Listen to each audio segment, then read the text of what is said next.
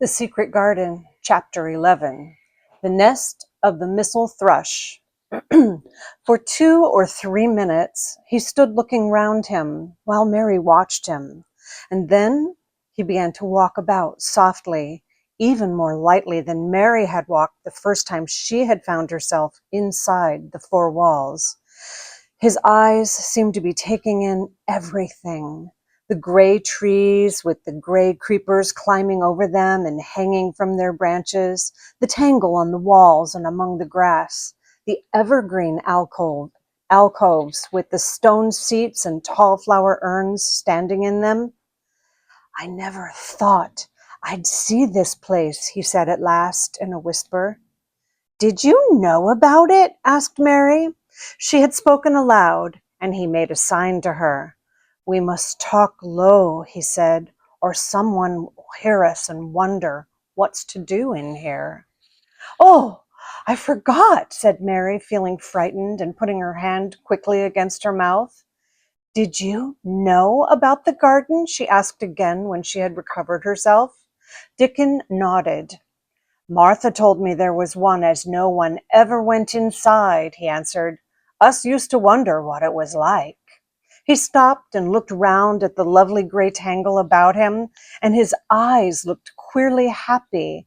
The nests as'll be here come springtime," he said.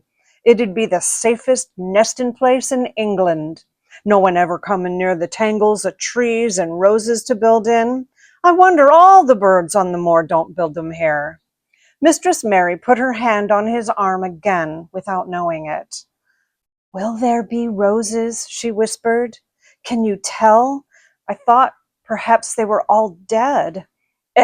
No, not them, not all of them," he answered. "Look here." He stepped over to the nearest tree, an old one with gray lichen all over its bark, but upholding a curtain of tangled sprays and branches. He took a thick knife out of his pocket and opened one of its blades. "There's lots of dead wood here as ought to be cut out," he said, "and there's lots of old wood, but it made some new last year. This here's a new bit," and he touched a shoot which looked brownish green instead of hard, dry gray. Mary touched it herself in an eager, reverent way. "That one," she said. "Is that one quite alive?" "Quite?"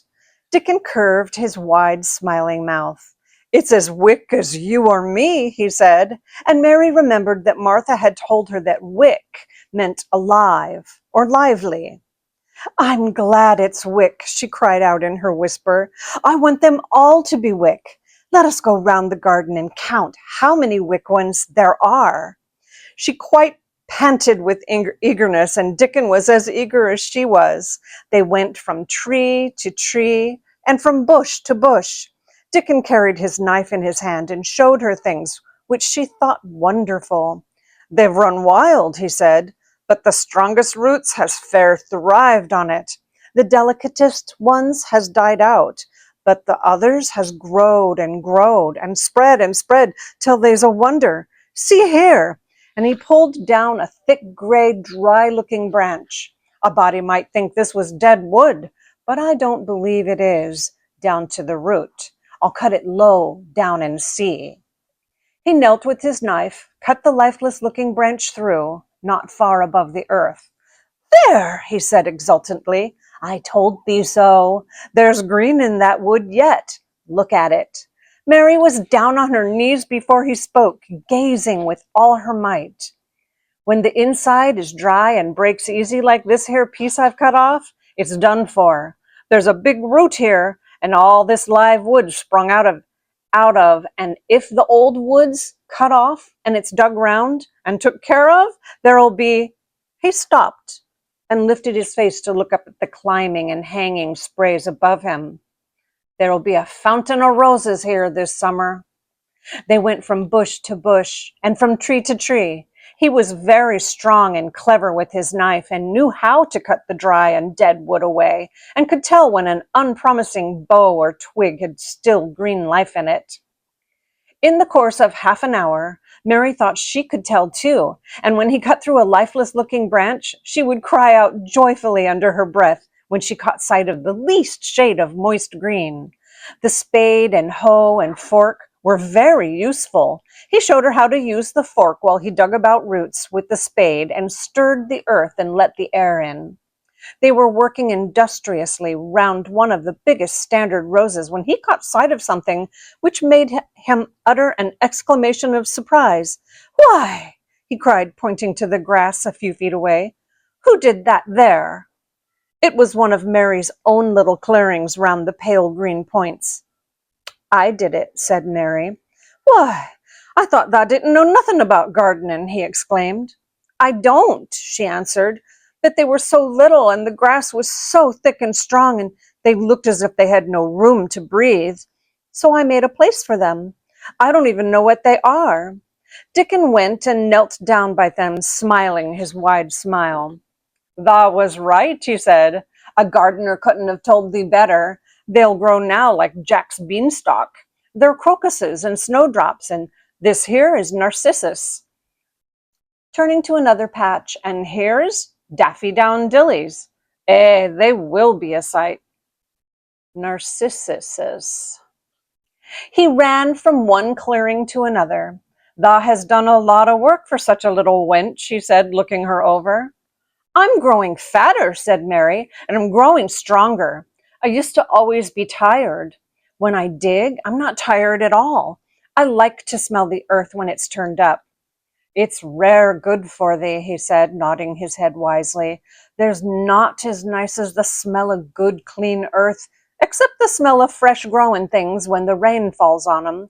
I get out on the moor many a day when it's raining, and I lie under a bush and listen to the soft swish of drops on the heather, and I just sniff and sniff. My nose end fair quivers like a rabbit's, mother says." "Do you ever catch cold?" inquired Mary, gazing at him wonderingly. She had never seen such a funny boy, or such a nice one. "Not me," he said, grinning. "I never catched cold since I was born. I wasn't brought up nesh enough. I've chased about the moor in all weathers, same as the rabbits does. Mother says I've sniffed up too much fresh air for a 12-year-old to ever get to sniffing and with cold. I'm as tough as a white-thorn knobstick." He was working all the time he was talking, and Mary was following him and helping him with her fork or the trowel. "There's a lot of work to do here," he said once, looking about quite exultantly. "Will you come again and help me to do it?" Mary begged. "I'm sure I can help too. I can dig and pull up weeds and do whatever you tell me. Oh, do come, Dickon." "I'll come every day if thou wants me, rain or shine," he answered stoutly. "It's the best fun I ever had in my life, shut in here and awakening up a garden." "If you will come," said Mary, "if you will help me make it alive, I don't know what I'll do," she ended helplessly. What could you do for a boy like that? "I'll tell thee what thou'll do," said Dickon with his happy grin. "Thou'll get fat, and thou'll get as hungry as a young fox, and thou'll learn how to talk to the robin, same as I do. We'll have a lot of fun." He began to walk about, looking up in the trees and at the walls and bushes with a thoughtful expression. "I wouldn't want to make it look like a gardener's garden, all clipped and spick and span. Would you?" he said. "It's nicer like this, with things running wild and swinging and catching hold of each other." "Don't let us make it tidy," said Mary anxiously. "It wouldn't seem like a secret garden if it was tidy." Dickon stood rubbing his rusty red head with a rather puzzled look. "It's a secret garden, sure enough," he said, "but seems like someone besides the robin must have been in it since it was shut up 10 years ago." "But the door was locked, and the key was buried," said Mary. "No one could get in." "That's true," he answered. "It's a queer place. Seems to me as if there'd been a bit of pruning done here and there, later than 10 years ago." "But how could it have been done?" said Mary. He was examining a branch of standard rose, and he shook his head. "Aye, how could it?" he murmured, "with the door locked and the key buried?" Mistress Mary always felt that however many years she lived, she should never forget that first morning when her garden began to grow. Of course, did seem to begin to grow for her that morning. When Dickon began to clear places to plant seeds, she remembered what Basil had sung at her when he wanted to tease her. "Are there any flowers that look like bells?" she inquired. "Lilies of the valley does," he answered, digging away with the trowel. "And there's Canterbury bells and campanulas." "Let us plant some," said Mary. "There's lilies of the valley here already. I saw 'em. They'll have grown too close and we'll have to separate 'em, but there's plenty. The other ones takes 2 years to bloom from seed, but I can bring you some of bits of plants from our cottage garden. Why does thou want them?" Then Mary told him about Basil and his brothers and sisters in India, and of how she hated them, and of their calling her Mistress Mary quite contrary. "They used to dance round and sing at me. They sang, 'Mistress Mary, quite contrary, how does your garden grow? With silver bells and cockle shells and marigolds all in a row.' I just remembered it, and it made me wonder if there really were flowers like silver bells." She frowned a little and gave her trowel a rather spiteful dig into the earth. "I wasn't as contrary as they were," but Dickon laughed. He said, and he crumbled the rich black soil. She saw he was sniffing up the scent of it. "There doesn't seem to be no need for no one to be contrary when there's flowers and such like, and such lots of friendly wild things running about, making homes for themselves, or building nests and singing and whistling, does there?" Mary, kneeling by him, holding the seeds, looked at him and stopped frowning. "Dickon," she said, "you are as nice as Martha said you were. I like you, and you make the 5th person. I never thought I should like 5 people." Dickon sat up on his heels, as Martha did when she was polishing the grate. He did look funny and delightful, Mary thought, with his round blue eyes and his red cheeks and happy-looking turned-up nose. "Only 5 folks thou like?" he said. "Who is the other 4? "Your mother and Martha," Mary checked them off on her fingers, "and the robin, and Ben Weatherstaff." Dickon laughed so that he was obliged to stifle the sound by putting his arm over his mouth. "I know thou thinks I'm a queer lad," he said, "but I think thou art the queerest little lass I ever saw." Then Mary did a strange thing. She leaned forward and asked him a question she'd never dreamed of asking anyone before, and she tried to ask it in Yorkshire because that was his language, and in India a native was always pleased if you knew his speech. "Does thou like me?" she said. He answered heartily. "That I does. I like thee wonderful, and so does the robin, I do believe." "That's 2 then," said Mary. "That's 2 for me." And then they began to work harder than ever and more joyfully. Mary was startled and sorry when she heard the big clock in the courtyard strike the hour of her midday dinner. "I shall have to go," she said mournfully. "And you will have to go too, won't you?" Dickon grinned. "My dinner's easy to carry about with me," he said. "Mother always lets me put a bit of something in my pocket."